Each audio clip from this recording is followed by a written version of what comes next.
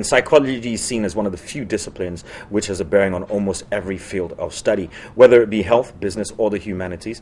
But in developing countries such as our own, Ghana, psychology is hardly recognized or given the right place in society. What's the situation with psychology and what are the remedies? Well, we're going to pose these questions to our panelists this morning. We have Aku Hayfon, who is a clinical psychologist, and also Mr. Richard Aqua Coleman. Richmond Aqua Coleman, apologies, who is an industrial and organizational psychologist. Good morning to you both. Good morning. How are you? By God's grace, well. Great. I guess you're also right. First off, let's make a distinction, because as soon as we mention psychology, psychiatry, everybody thinks it's some sort of mental illness. So let's just do one thing first off. What's the difference between a psychologist and a psychiatrist? Okay. A psychologist is one person who goes to school to study psychology. Right. Which is psychology is basically the study of the mental state of a human being. Okay. Whereas with a psychiatrist, that's a medical doctor. Right. So somebody who's been through medical school. Okay. And then who decides to specialize in the area of mental health. Okay. So that's basically the difference. Okay. For the psychologist, you don't necessarily have to be through medical school. Okay, and as I introduced the two of you, you're both psychologists, but in two different fields. Yeah. Yourself clinical and yourself industrial and organizational. What would be the difference between those two? Okay, I guess you could. Yeah, with the clinical psychologist, which is more, you can compare that one with a Psychiatry, okay. Because when you say psychology, it's quite broad and it has so many specialties. Right. So what the industrial psychologist actually does, in fact, that person is also a psychologist, just that he applies psychological principles and concepts to the work setting. Okay. Just in the case of maybe selection and evaluation of employees and even motivation of employees, just to ensure their well-being and then also ensure organizational effectiveness. So that is what an industrial and organizational psychologist does. Give us examples of other forms of psychologists or we have disciplines. We have the social psychologist, for instance, who is also interested in individual behavior within the group, how our behavior, for instance, is influenced society by the presence of others. For instance, you realize that on your own you may do certain things, but in a group you tend to do certain things that otherwise you wouldn't have done. Right. So what is the influence of the group on us? So social psychologists are interested in looking at the social dynamics and how they impact on individual behavior. You can also talk about school psychology or educational psychologists. Okay. They are also interested in looking at the teaching, learning, interaction, and what are some of the things that could be done to facilitate learning and teaching as well. We have a number of them. We also have forensic psychologists, and they are also based in the work setting or in the court setting, try to assess trial competences and also provide some briefs on some people, criminals or people who have been taken to court in terms of maybe their psychological well-being and things like that. So you have so many psychologists. But in Ghana, as it stands now, or based on what we have, at least the dominant ones are the industrial psychologists, the clinical psychologists, and then the social psychologists. Now, we have a major problem when it comes to dealing with professionals such as yourself within our country, because when you mention psychologists, you mention psychiatrists, automatically people assume that there is a level, or if indeed full-blown mental illness. Obviously that's not the case. So how is this affecting you and the way you do your job? It's quite unfortunate. I think basically we need to do a lot more education on that. But that notwithstanding, we need to also educate people on the fact that psychology doesn't mean you're dealing with mental health alone. I mean, people who are quote and unquote tripping or mad for the matter. We deal with people who have issues. Right. And like he said, there are various aspects of it. You can deal with someone who has health challenges. You can deal with someone who has family issues.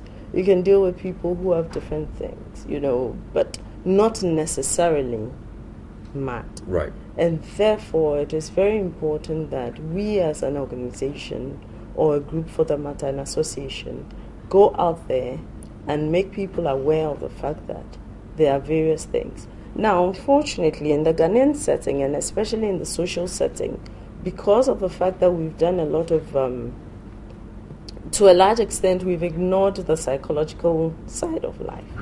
We have associated a lot of things to spirituality. Yes. And that has indeed, to a very large extent, hurt our system more than helped us. Right. Okay. Now, with all of these happening, I mean, there's been various things that have come up in media recently, which have made people ask certain questions. Now, when it comes to recruitment, there have been issues with, this troubled young lady, the YFM presenter, who obviously had certain issues before being employed. Now, at this point in time, people are asking, how does she get employed? Weren't there any evaluations done? How would people in your profession have been able to help in such a situation? Yeah.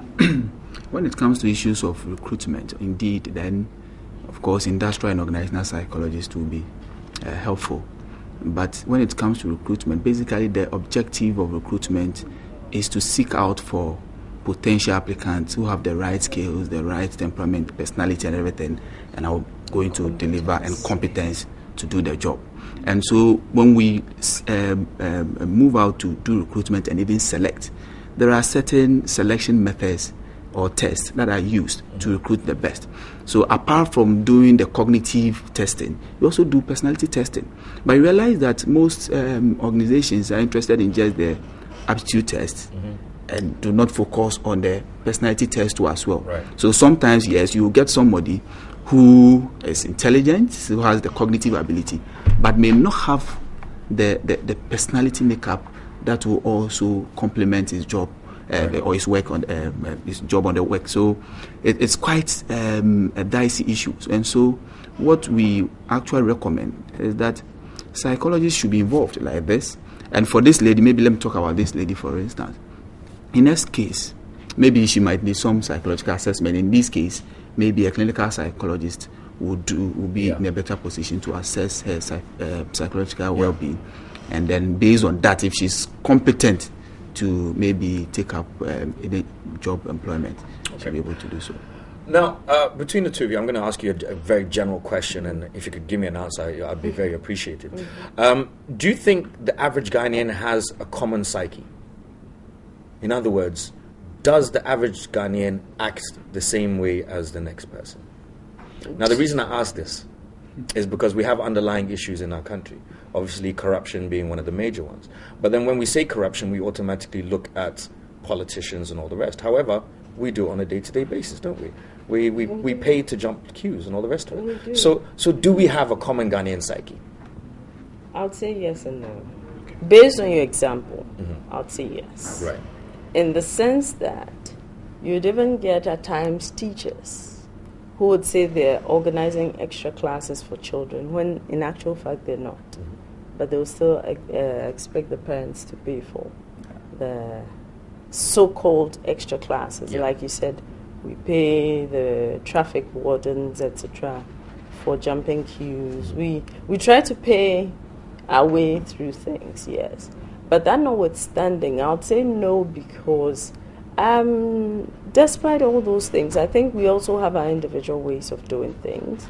There are people who you push them, however much you push them, would stick to their guns and say, this is what I want to do, this is what is right, and this is what I want to do.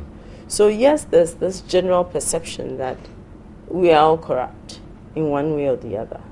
But at the same time, we all have our individual ways of assessing things, and therefore I wouldn't say that there is a general psyche. And again, we don't really have, we've not done any systematic study analysis to really be able to come out and say that this is the Ghanaian personality. We've not been able to do that.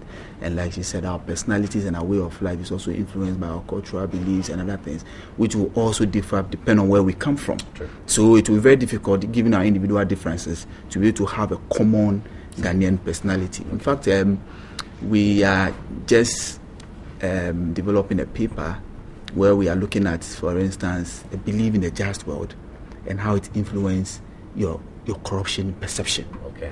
And So these are some of the things that we are looking at, so that we want to do a study among Ghanaians to see what is their belief system like. Do they believe in the just world, or they don't believe in the just world?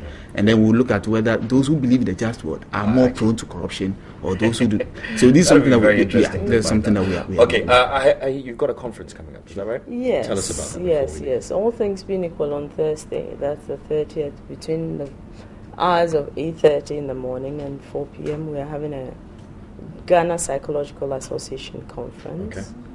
And we're expecting that as many people as possible should come. Mm-hmm. Our theme is the progress, problems, and challenges of the Ghanaian society. So we hope it will be interesting. And all right. Where's it taking place? Wetlands. Center for African Wetlands. Okay. And from 8 o'clock in the morning? 8:30. 8:30 in the morning. Admission, is there a charge? Yes, for non-students, it's 30 Ghana cedis. Okay. Very reasonable. That's reasonable. And for students, 15 Ghana 15 Ghana cedis. cedis. Yes. Okay. Thank you so much for coming in, the both of you. This has been Aku Hafen, who's a clinical psychologist, and Richmond Aqua Coleman, who's an industrial and organizational psychologist also. Thank you so much for coming in.